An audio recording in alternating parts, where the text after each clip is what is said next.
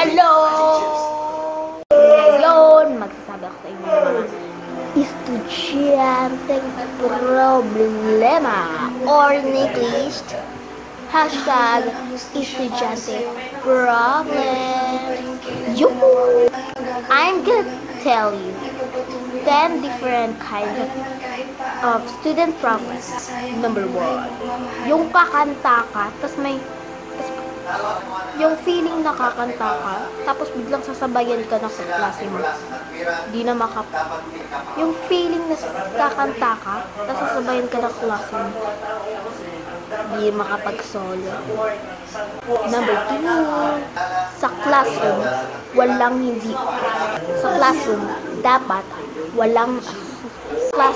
hindi pwedeng walang Diyosa. Tag mo siya. Number 3, tag mo yung kaklase mong hindi pumapasok, nagbabaksyon pa rin, tapos nag-sem-break, papasok din.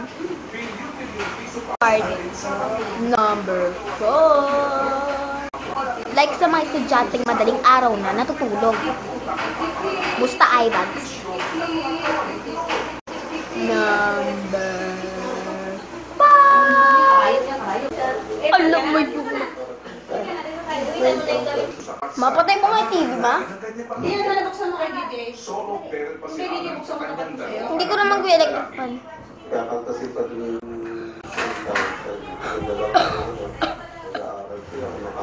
Alam mo yung hirap? Yung nilalabanan mo, ang antok mo habang nagkaklase ka. Trisha!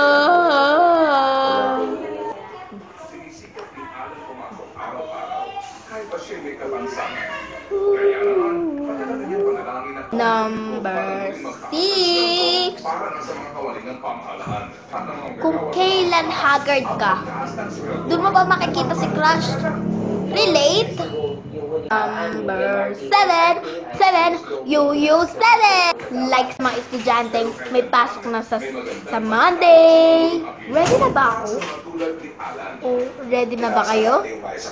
Number 8, yung mga kaklase mong nabuhay sa hingi. Huh? Bili-bili din tayo minsan, ha? Number 9,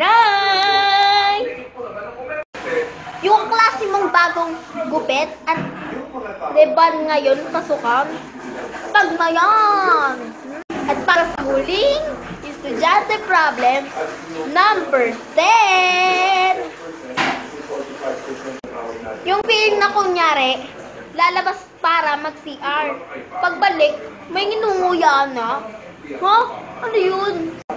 Maraming salamat sa panonood sa video ko at maraming salamat sa sumusuporta sa akin at sana panoorin nyo to at sana matulungan ko pa rin kayo sa estudyante. At ito nga po pala, si Julie Hanna de la Cruz ang nagsasabi, pangit man ako sa inyong paningin, pero bakit kayo nakatingin? Ay, thank you. Oh, thank you. Yeah, thank you very, very much. Oh, yeah. So, mag-request po kayo para po suportahan niyo po ako at para po masuportahan ko po rin yung mga request nyo. At ito po yung pinapaalala ko po sa inyo lagi. If you're not smiling, I think you're doing it wrong. Don't forget to like, share, comment, and subscribe para mag-verbite. So, bye guys. Peace out, YouTube. See you on next week, I guess. Or next day, or other days. But, see you guys. Yeah.